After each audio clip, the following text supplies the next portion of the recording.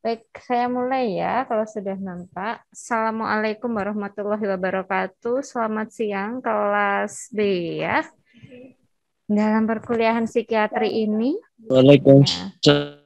Selamat Waalaikumsalam warahmatullahi siang, wabarakatuh. Ibu.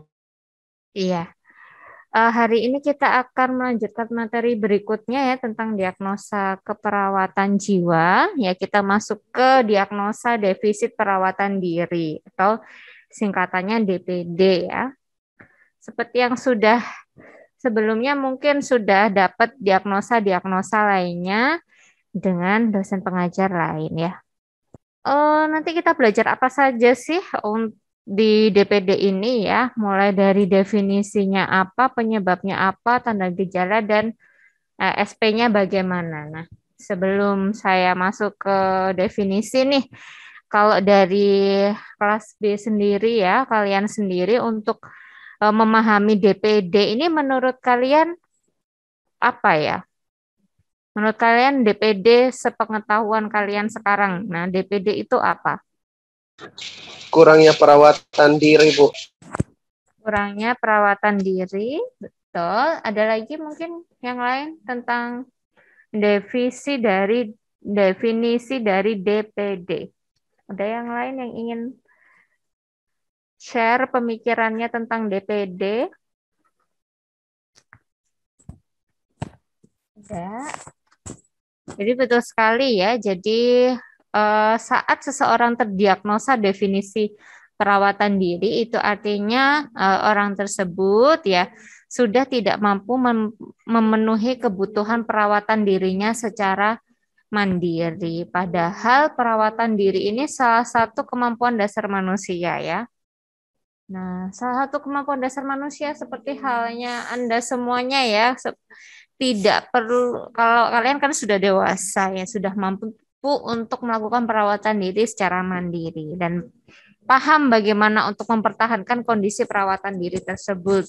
Bahkan beberapa di antara kalian mungkin melakukan improvisasi gitu ya untuk memaksimalkan citra tubuhnya ya. Jadi misalkan merasa oh saya kok merasa tidak percaya diri dengan alis saya. Nah, misalkan ada sekarang sulam alis, ada yang pakai makeup gitu ya. Nah, itu untuk memaksimalkan lagi dari citra diri dengan cara perawatan diri yang tadi ya diimprovisasi tadi. Namun pada intinya yang dikatakan perawatan diri itu sebenarnya kemampuan dasar yang nggak berhias sampai yang selevel yang itu tadi ya. Jadi kemampuan dasar manusia seperti mandi ya, kemampuan mandi secara mandiri, kemudian mencuci rambut, menggunting kuku secara mandiri gitu ya.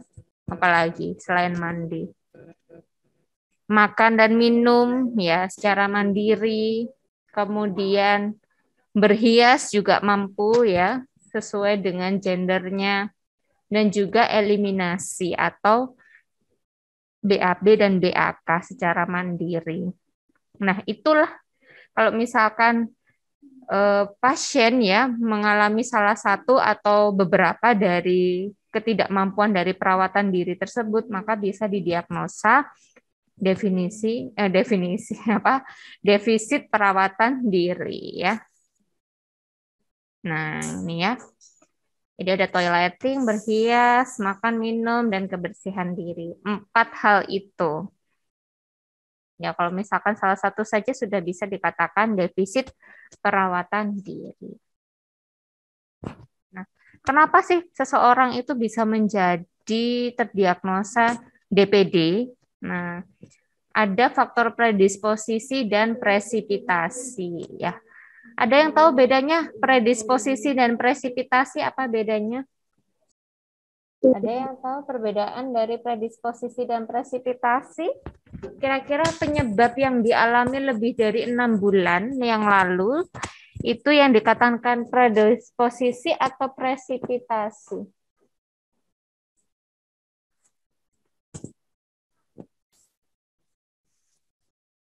Yang lebih dari 6 bulan, predisposisi atau presipitasi? Ayo dijawab. Kelas B. pertanyaannya saya rubah deh. Predisposisi. Faktor Oh ya betul ya, yang lebih dari 6 bulan ya, berarti riwayat yang lama atau riwayat kesehatan masa lalu kalau di eh, dokumentasi ASKEP yang KMB gitu ya, riwayat kesehatan masa lalu itu masuknya adalah faktor predisposisi. Baik faktor predisposisi sama presipitasi ada 3 aspek ya yang dikaji, yaitu yang pertama biologis, kedua psikologis, dan yang ketiga adalah sosial. Ya, sosial di sini masuk juga kultural dan spiritual ya. Beberapa di antaranya memasukkan dalam satu aspek tersebut di sosial ya. Nah, kalau biologis yang seperti apa? Berarti adalah riwayat-riwayat penyakit fisik maupun mental yang menyebabkan klien ya tidak mampu melakukan perawatan diri ya. Bisa penyakit mental contohnya ya berarti dia mengalami skizofrenia misalkan, atau isolasi sosial ya, depresi, sampai pada akhirnya dia tidak mampu untuk melakukan perawatan diri secara mandiri.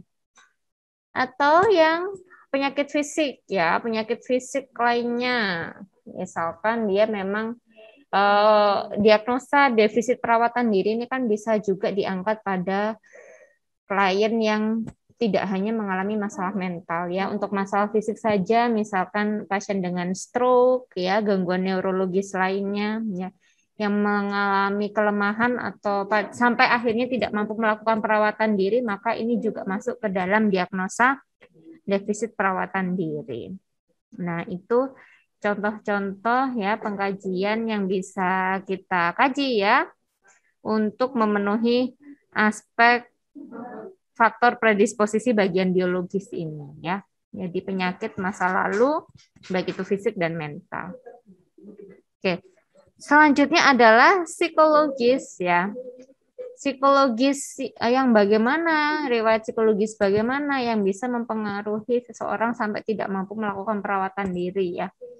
Contohnya, misalkan pada pasien yang memang ada masalah pada perkembangannya ya.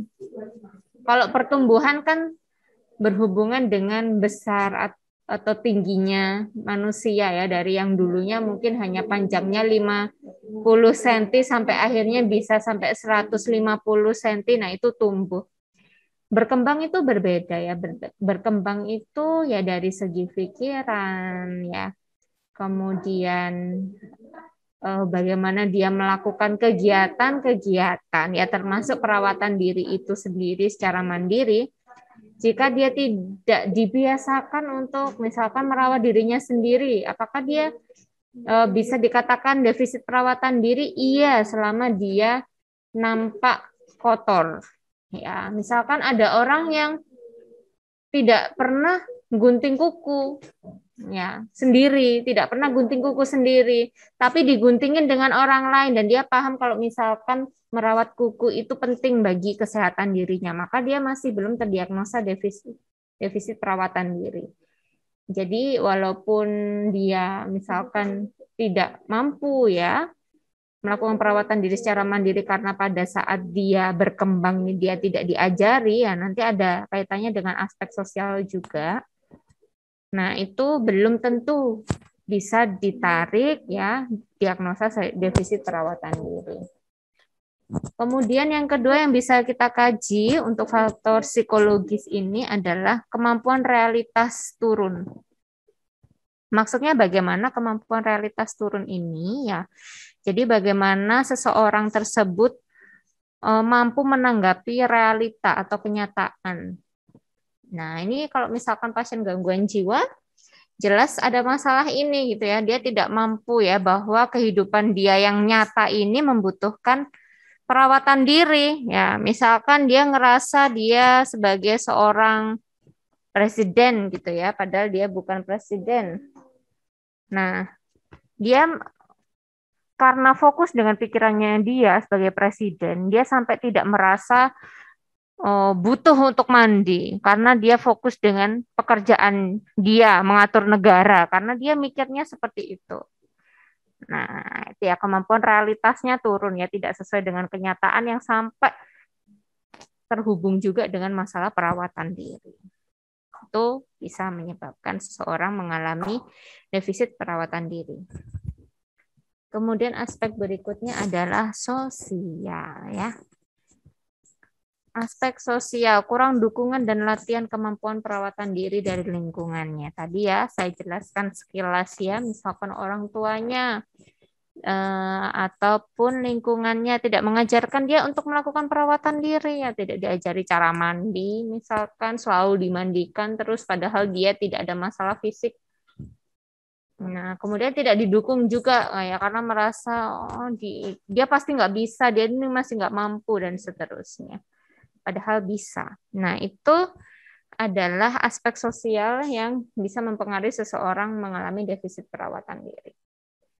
Namun 3 aspek tersebut berkaitan ya, tidak hanya satu aspek gitu ya, pasti menghasilkan orang itu mengalami defisit perawatan diri, tidak ya.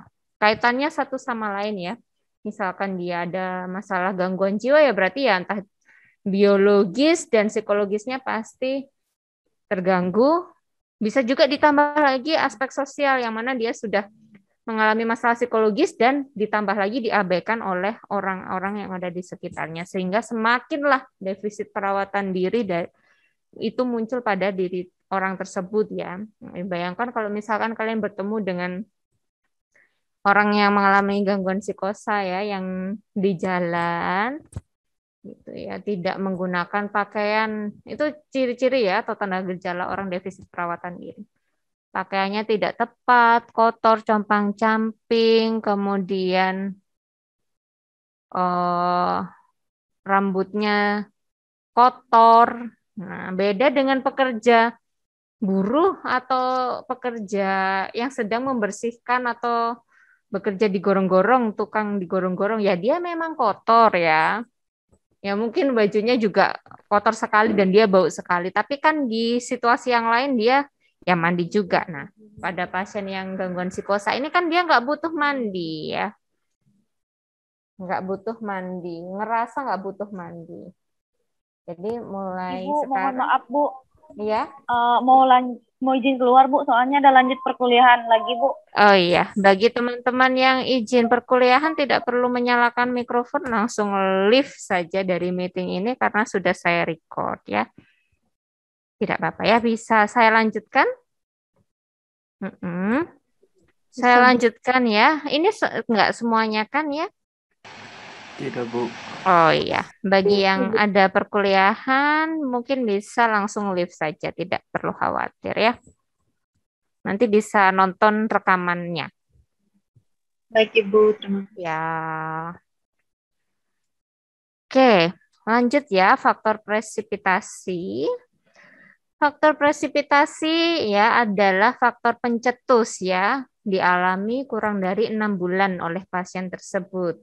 Dan faktor presipitasi ini paling sering adalah di bagian aspek psikologis ya.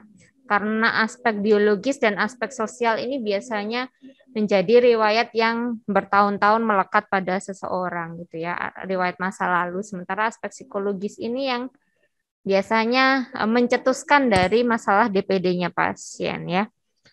Contoh-contoh faktor presipitasi yang kita bisa dapatkan datanya pada pasien dengan DPD, yang pertama paling sering adalah penurunan motivasi ya, dan juga kerusakan kognisi atau perseptual. Jadi dia kalau merasa tidak butuh mandi itu masuk ke mana? Penurunan motivasi atau kerusakan perseptual?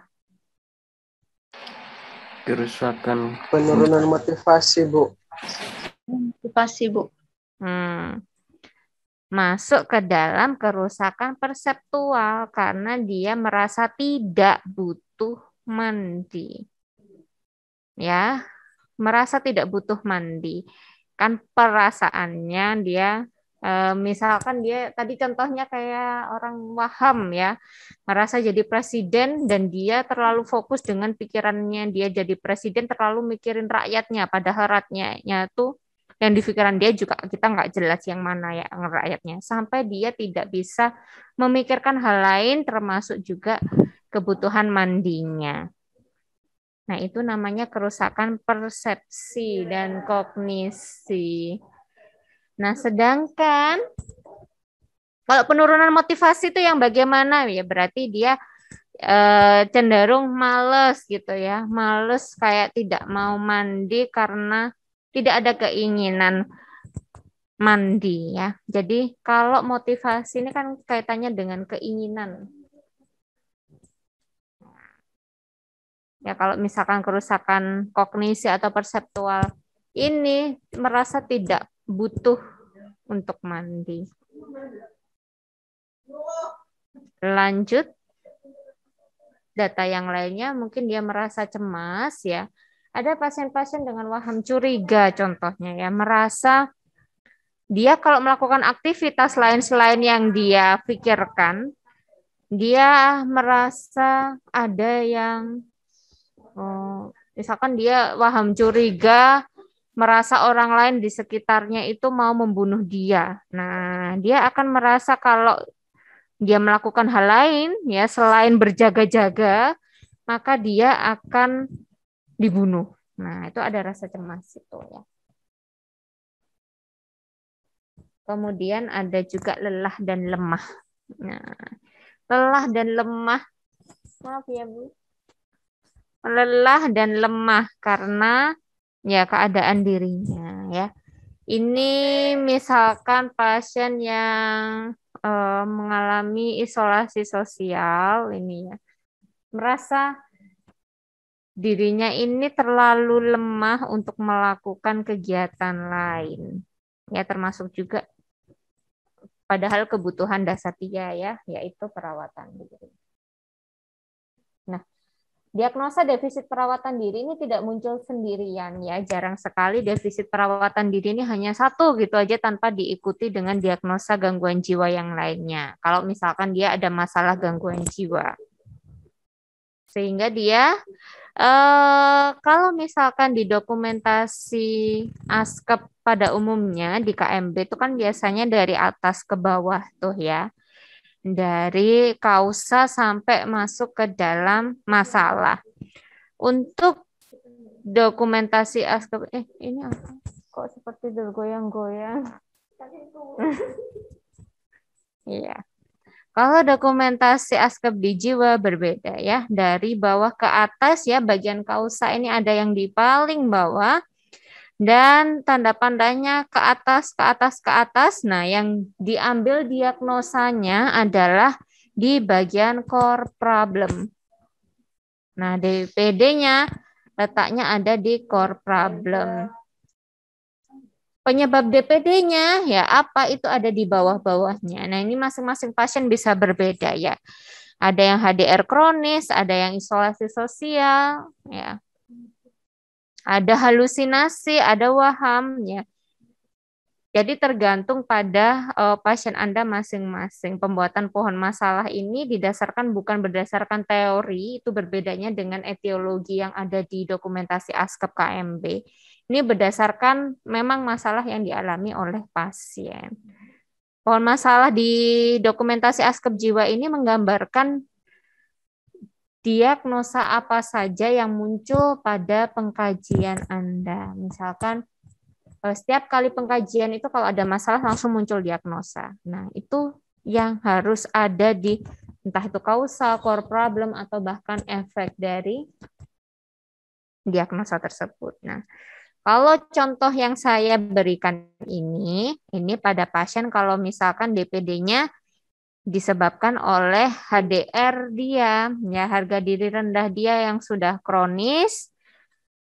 Berasal dari mana HDR kronisnya?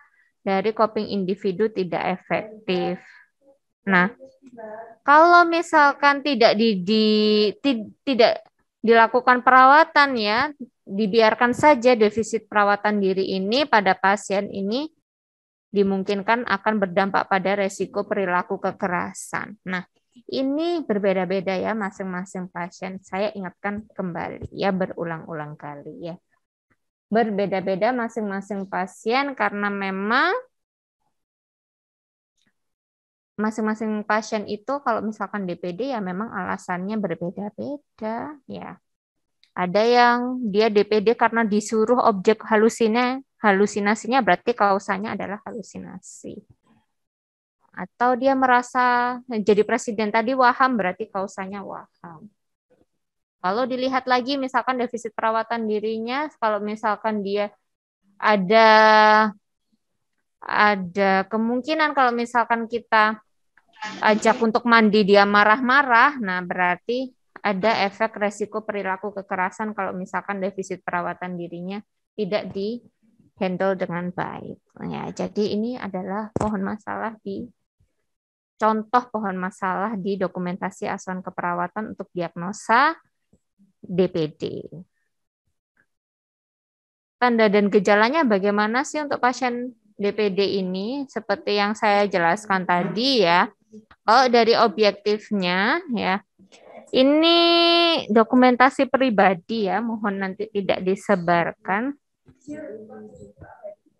dari pasien saya dulu ya saat profesi, yang mana dia dipasung oleh keluarganya, diasingkan begitu ya. Diasingkan sehingga untuk kebutuhan mandinya dia sebenarnya tidak tersedia.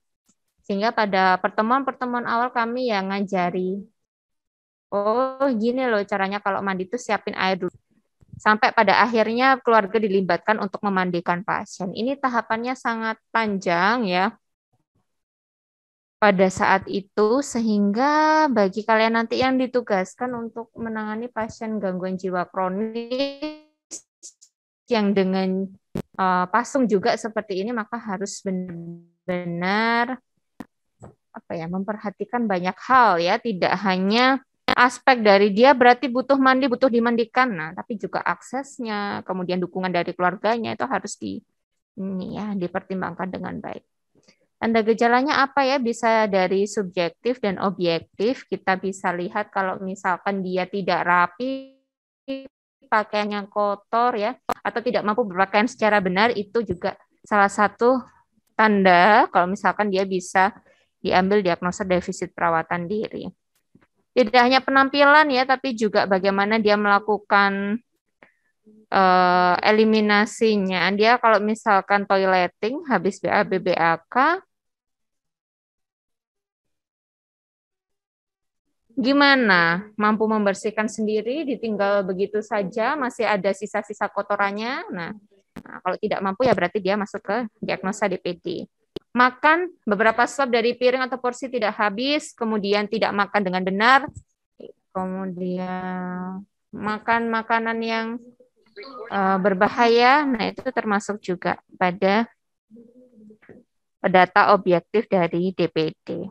Subjektifnya apa? Kalau misalkan pasiennya bisa ditanyai, biasanya ada data-data seperti ini, tidak ada keinginan mandi, ya kayak merasa untuk mandi saja atau perawatan yang lain harus didukung ya, perlu dimotivasi. Nah, tidak mau menggunakan alat-alat entah itu mandi, makan gitu atau berhias gitu ya. Kalau misalkan pasiennya bisa diajak bicara. Nah, kalau misalkan pasien saya ini ya tidak bisa ya karena dia diagnosa lainnya selain DPD adalah isolasi sosial sehingga menolak untuk berkomunikasi sehingga data subjektifnya tidak ada. Data subjektifnya kita dapatkan dari keluarga dan kader, begitu juga perawat desa yang merawat dari pasien tersebut ya. Selanjutnya kalau udah tahu tanda gejalanya, sudah tahu yang menyebabkan apa, nah waktunya kita memberikan intervensi ya atau strategi pelaksanaannya bagaimana ya. Tujuan intervensi kita baik untuk pasien dan keluarga sama ya. Kalau misalkan kita ajarkan pasien untuk menjaga kebersihan diri ya, berarti ngajarin mandi, gosok gigi dan keramas, maka keluarga juga diajari hal yang sama. Begitu juga seterusnya. Mungkin bisa terlihat dalam tabel berikut ini ya. Nah, ini SP ya, SP1 sampai SP4. Kalau pasien DPD ya, DPD ini jarang sekali menjadi diagnosa prioritas atau diagnosa utama.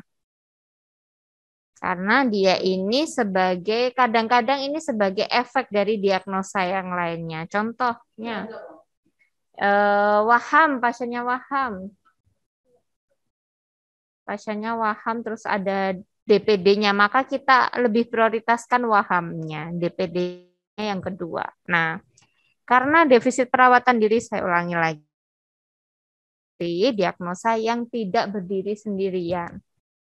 Selalu ada diagnosa gangguan jiwa lainnya yang turut serta. Sehingga untuk melaksanakan SP ini kita cenderung lebih susah. Oh ya, bukan berarti pertemuan satu terus selesai. Bisa jadi SP1 ini berulang-ulang kali ya. Untuk mengajari mandi, jangankan mengajari mandi, memahamkan bahwa manusia itu penting menjaga kebersihan diri. Nah, ini nomor 2 ya. Menjelaskan pentingnya kebersihan diri. Nah, kalau pasiennya masih wahamnya kuat, belum bisa membedakan antara realitas dan harapan ya wahamnya dia. Nah, maka kita akan kesulitan juga untuk melakukan ini ya, menjelaskan pentingnya kebersihan mandi sehingga wahamnya harus selesai dulu ya. Bukan berarti benar-benar hilang wahamnya baru bisa ngatasin DPD, tidak. Jadi sambil kita kerjakan juga, namun biasanya pasien ini tidak bisa lanjut ke SP berikutnya karena belum bisa mandiri ya, karena untuk kebersihan dirinya seluruhnya dibantu total karena dia belum tahu. Ya, belum tahu bagaimana caranya untuk mandiri gitu ya.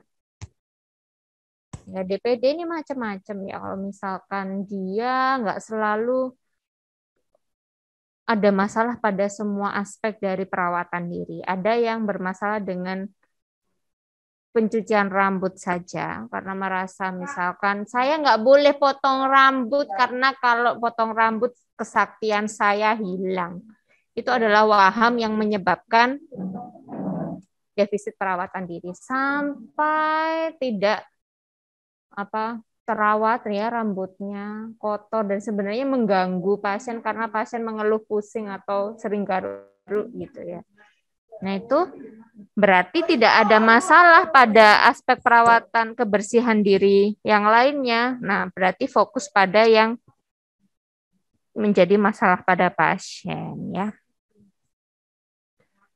Itu SP1-nya, SP berhias ya atau berdandan. Nah, sudah bersih, sudah tahu caranya mandi sendiri, lanjutnya adalah berhias atau berdandan. Tidak harus berdandan yang maksimal gitu ya. Paling tidak kita mengajari bagaimana memantaskan diri. Ya, misalkan kalau mau pergi ke pasar pakai baju apa. Kalau mau bersih-bersih kandang, nah pakai pakaian yang bagaimana. Nah, itu adalah hal-hal yang harus kita ajarkan pada SP kedua. Kalau misalkan perempuan, misalkan dia rambutnya panjang, kita ajari cara menyisir rambut, menata rambut. Kalau dia mau pakai jilbab, ya kita ajari cara pakai jilbab, dan seterusnya. Kalau laki-laki, misalkan dia pengen mencukur kumis atau jenggot, ya kita ajari. Karena kalau nggak diajari, ya bisa terluka lah, atau tidak pas gitu ya. Misalkan satunya dikasih lipstick, bibir atas, nah bibir bawahnya enggak. Nah, ya jangan ditertawakan karena memang pasien ada gangguan kognisi pada pasien DPD itu. Jadi tidak tahu kalau itu tidak pantas sehingga perlu diajarkan berulang-ulang dan didampingi berulang-ulang sampai mandiri. SP ketiganya baru kita latih cara makan dan minum yang baik. SP keempat kita ajarkan cara BAB dan BAK yang baik. SP5 sampai 12 bagaimana? Nah, ini adalah kegiatan evaluasi ya. Dari keseluruhan SP1, 2, 3, 4 ini sudah dilakukan dengan baik, sesuai jadwal. Kalau sudah sesuai jadwal, apakah dia sudah mulai menyesuaikan diri dengan kondisi, kalau misalkan habis beraktivitas berat, terus terlalu lapar, apakah dia harus menunggu jadwal baru makan? Nah, apakah dia boleh makan? Dan seterusnya. Ya, untuk latihan seperti itu kan butuh proses yang panjang ya. Itu di SP5 sampai SP12. Nah, tindakan untuk keluarga bagaimana? Sama seperti yang kita ajarkan kepada pasien ya. Kalau misalkan pasiennya diajarkan caranya mandi, ya berarti keluarga diminta untuk mendukung juga kebutuhan dia perawatan diri mandinya. Ya berarti tidak hanya disediakan dalam bentuk, nyediain sabunnya, airnya, samponya, tidak hanya seperti itu. Kalau misalkan pasiennya belum mampu melakukan secara mandiri, ya berarti harus dibantu oleh keluarganya.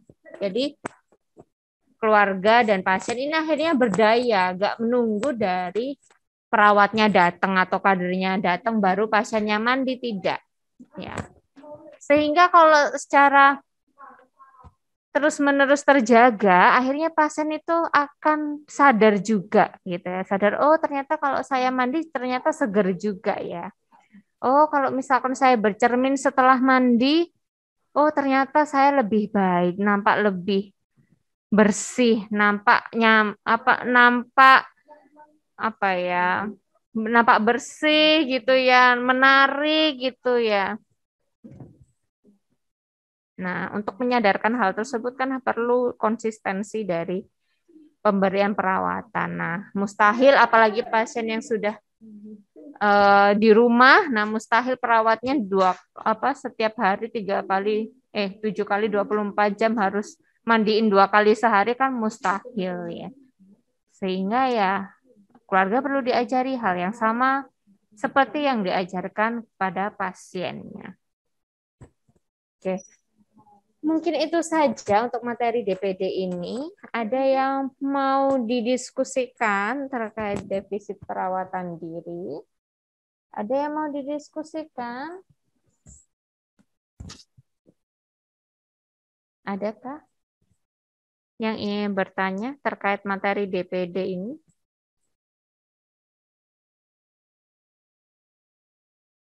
Kalau tidak ada, saya yang bertanya ya.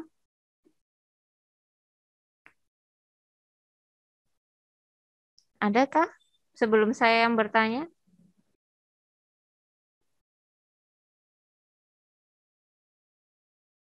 Oke, kalau begitu saya yang bertanya. Tadi saya sempat menjelaskan bagaimana caranya membuat pohon masalah dalam dokumentasi asuhan keperawatan jiwa.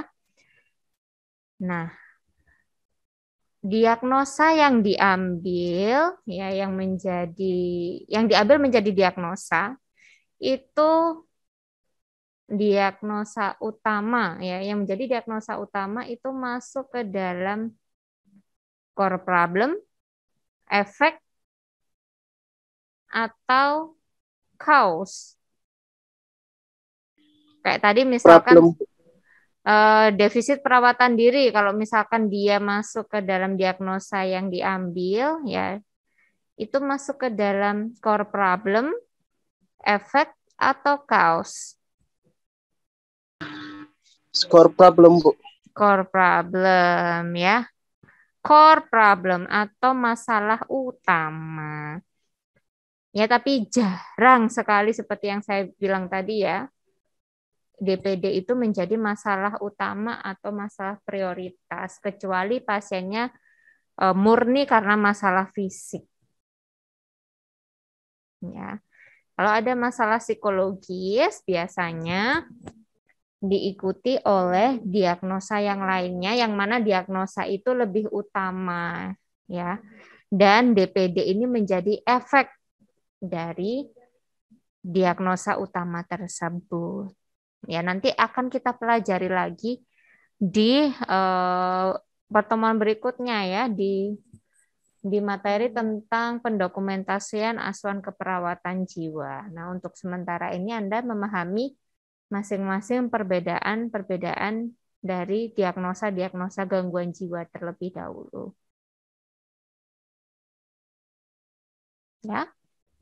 Oke, satu pertanyaan lagi. Nah, tadi saya menjelaskan SP1 sampai 4 untuk defisit perawatan diri. Nah, kalau misalkan seorang perawat ini mau mengajarkan cara menggosok gigi yang benar pada pasien, karena pasien tidak bisa gosok gigi sendiri. Nah, kira-kira itu masuk pada SP berapa? SP1, 2, 3, atau 4?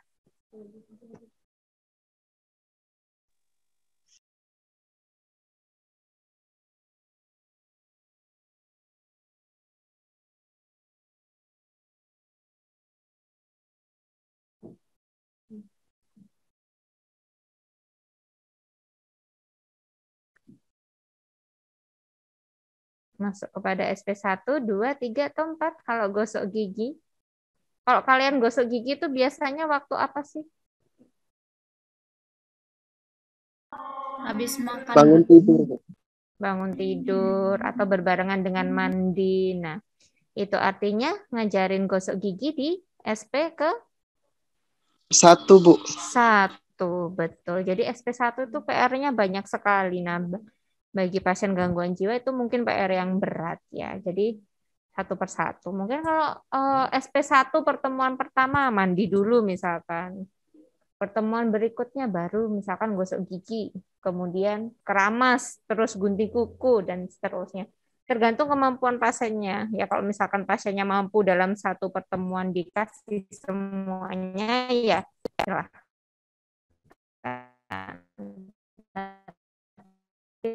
Kalau enggak mampu ya berarti harus dia masih masuk ke dalam SP1 ya, gosok gigi, mencuci rambut, memotong kuku dan mandi. Nah, itu masuk ke dalam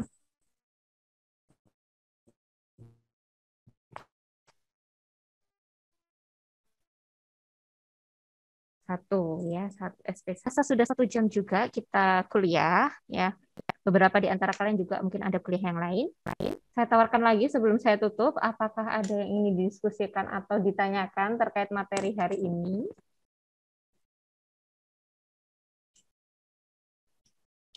Jika tidak ada, mungkin saya akan informasikan lagi ya nanti kalau sudah saya mengupload kuis ya di Janitra Anda.